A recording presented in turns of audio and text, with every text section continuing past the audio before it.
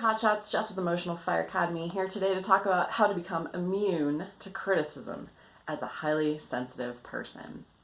Thanks for tuning into my channel. This is Emotional Fire Academy. Subscribe if you are a highly sensitive person ready to become your 2.0 self, ready to up-level your sensitivity, really make it work for you, and reach all of your goals easily and effortlessly. That's what we do here. Welcome to the channel. My name is Jess. I am a master NLP practitioner and a former firefighter and also a highly sensitive person myself. You are in great company today. This is a very interesting topic. We're going to dive deep. Although I recommend, if you have not seen my other two videos, how not to take things personally, start there. Stop the video, go watch those right now. I will put the link above and check those out. That is a great primer and very similar themed to this video today. So go check those out right now, come back, or check them out at the end of this video as an additional resource. It is one of my most popular videos. This is something that we HSPs tend to struggle with. So today, how not to take criticism so personally, how not to let it bother you. This is when we break it down, it's really simple, and then when we have this simple explanation, we can then find a very simple solution. So know that in this video, if you apply what I'm telling you, you can literally become immune to criticism and not take things personally, not let them bother you. Let the things that others say roll off your back. Or if I've been watching a lot of RuPaul lately, not today, Satan, not today. You can also say that to the person that's criticizing you. So what happens, and I'm going to refer us to the emotional fire triangle. I believe, NLP believes, that the combination of our language, our conditioning, and our physiology create the fire of emotion in the middle. And when we talk about sensitivity, being sensitive to something, there's actually three different things going on. I'm also going to refer you to a video I made a bit more in depth about just this triangle. It's called Why Am I So Sensitive and Cry Easily Over Everything? Go check that one out too. Again, that is another one of my most popular videos, and it breaks all this down. We're going to go into it a little bit today. So when we talk about sensitivity and reacting, three things are happening. I think purely from a physiological sense, if you are reacting to physiological stimuli only, that's kind of where HSP-ness comes in its purest form. When we talk about our conditioning, our old narratives, these stories and beliefs that we have, that's where our insecurities come in. That is technically insecurity. You're insecure about something because you're holding two simultaneous stories about a particular subject. And you've put evidence, I talk about rock piles, you've put evidence, which is like a rock, in each of those piles. And so you're insecure because you have two simultaneous stories that are kind of battling for control. Like, which one is true? Which one is true? Am I smart or am I stupid? Am I fat or am I skinny? Like, which one is true? So they battle for control, which makes us appear insecure because we're doubtful, we're unsure, because we're holding two different narratives at the same time and feeding them both. When it comes to the language element, that is when we're sensitive in a language element, that is suggestibility. So our ability or our willingness to take what others say to us or what we say to ourselves as truth and then turn that into a narrative, right? That's when the language starts if we believe that person is credible or we're credible or something is true, and then we start to push it into the conditioning side, right? It creates this kind of cyclical effect. And so when we receive criticism, so somebody says to us, you know, something nasty, and then we start talking to ourselves, right? We start talking to ourselves in our head, and then if that something that the person said is an insecurity of ours, that's when we get offended, because we start saying, oh my gosh, I can't believe they said that to me. We go into all these stories and narratives. It triggers our insecurity. So the things that bother us or that we identify as criticism are things we already have active insecurities about. So here's that grain of truth. I want to say it again. Unless we believe, a small tiny part of us believes what that person has just told us, we will not feel anything. So if somebody calls us an octopus, like, you are such an octopus, like, we're not going to take that. We are not going to take that personally, because most people identify as very strongly human. It's like, no, I'm actually a human. Like, there's no doubt about that. And so we don't take things that we don't have insecurities already about personally. So what has happened in that criticism is we've actually triggered through their language, and then through us being suggestible to that, as that person's criticism being evidence that we are that something that we're not trying to be, or that we don't want to believe about ourselves.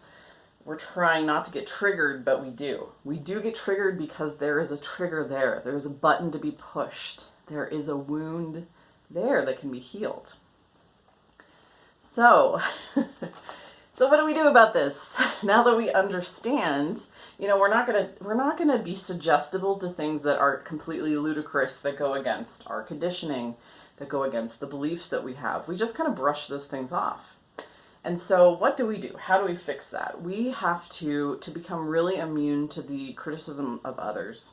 We have to change our beliefs. We have to go into this section of the triangle and start cleaning up house. Oh boy. Now, changing beliefs is not as difficult as we think. It does take a little bit of concerted, directed, focused effort. You have to be very intentional about this. So if this is a wound that you find, if you look back and you're like, wow, this is a really tender wound for me. This is a gaping insecurity for me. It might be, this is a great opportunity. If you have received criticism, if you're really hurt over something, a great opportunity to change your beliefs.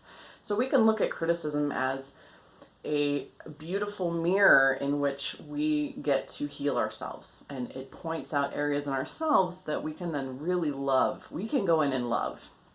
Because again, other people's words don't hurt us unless we believe them. Unless we believe them. Right? If we don't believe them, if we didn't hear what they said, it's not going to trigger us. If we don't have a wound, it's not going to trigger us. We're not going to be suggestible to something that we don't want in our head, a belief that we don't want in our head. So there are several ways to go about developing beliefs that will make us immune to criticism. Here are some suggestions. So develop a belief where you just really don't care about the opinions of others. I have seen this expressed online and in my own life, I've practiced anything that comes out of somebody else's mouth has to do with them. And that's true, because if we assume that other people are independent entities of us and they're going through their own crap, anything that they project onto us or they criticize us about really is what they're stewing in themselves, right? They're mired in that. They probably have the same criticism of themselves, and so they're kind of just spitting it onto us. And so we shouldn't really take anything that anyone says negatively against ourselves, because they don't really know all of our intentions. They're not really inside of our body. They don't know, the whole truth. They don't live every minute, second, hour with us. And so that is a good belief. So here we are. If we establish this belief as true, we say nothing that anyone else says to me has any validity, because that's their thing. It's their thing. It's their deal. It's their world. They're just projecting it onto me. That's a really solid belief to make us start being immune to criticism. And to remember when somebody does criticize us, oh, never mind, that's their crap. That's their crap. I don't have to take it on. So that is a solid belief to have. Anything that anyone else says to me that's negative is really a reflection of them and their inner world. So that's one belief we can hold. What is another one? We can also go in and heal the insecurity. We can heal that insecurity. We can take that criticism and say, wow, that really hurt me. What am I believing about myself that I need to heal? And go in and really start to believe the opposite. Believe the opposite and reject any other evidence. I've talked about putting evidence in the rock piles, right? Of, the belief that we want to believe, and then the opposite that we also get a little insecure and shaken about. We want to put more evidence in the rock pile of the belief, the thought that we want to believe, that we want to subscribe to, and we reject everything else. We reject it. We can hear it, but we just reject it. We gently push it away. We're like, nope, not today, Satan. Not today. You know, we just kind of gently, we're like, nope, not going to happen. Nope, nope. Just a gentle, just pushing away, like, no, all right, next. You know, just where we, and so in doing that, but we have to do that to ourselves too. We have to do it whenever we have the thought of, oh, I'm fat, I'm stupid, this is never going to work out for me. We have to turn that thought around and really get firm with ourselves too. This is where the healing comes in, is choosing, making the choice to heal ourselves from the inside out. And then I really believe the world then reflects it back, and we won't get that criticism where someone triggers our wound, because there is no wound. So healing ourselves inside, really managing our self-talk, being very, very firm and diligent about our self-talk to eliminate that wound, to heal that wound, and only subscribe to the thought and the belief that we want to believe. Because I think we're creating our entire reality. The more I play with all of these concepts, I begin to realize that this potentially is, you know, I'm literally how much I'm creating my reality, and how much in reacting to criticism I can undo in just getting more diligent about how I think about myself and the ways that I talk to myself in the, you know, my own self-talk, the conversation in my head, the little critic, and really clamping down on that and not allowing that. And when we don't allow that, then we don't allow others, right? We start by that level of self-discipline within ourselves, and then it's easy to brush off someone else. Because if you can master yourself, if you can really diligently be like, I am not, when I have a thought, you know, a negative thought about myself, that is out the window. Like, I'm gently pushing it away, or I am flipping it to the opposite that I really want to believe about myself. Like, I am amazing. I am amazing. I am not entertaining that. You know, if you can exercise that level of self-control, you really become immune to others, because then it's easy to ignore somebody else, right? The real challenge is doing it for yourself in your own head with your own thought stream. So, remember, criticism is a great opportunity to heal your insecurities, develop a belief system that does not give credibility to what others say to you if it's negative. You know, it decreases your suggestibility with others.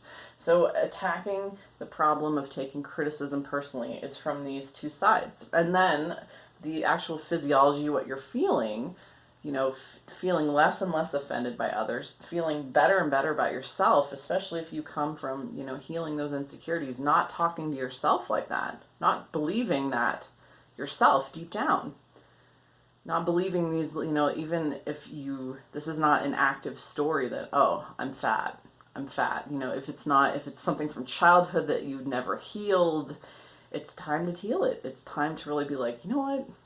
I look really good. I look amazing. I look really good. I look really good. And keep reinforcing that inside of yourself. Inside. This is an inside job, becoming immune to criticism. So I hope that helped. Leave a comment below. Let me know what you thought. And if you are a highly sensitive person looking to really take things to the next level this year, make 2021 your year, grab it by the hair, and accomplish your goals, and you're looking for a little bit more one-on-one guided support, I would be happy to help you. My one-on-one coaching program, Flammable to Fireproof, does just that. So reach out to me at emotionalfireacademy.com. I'll put the link below, and thanks for watching. Have an awesome, awesome day. Bye.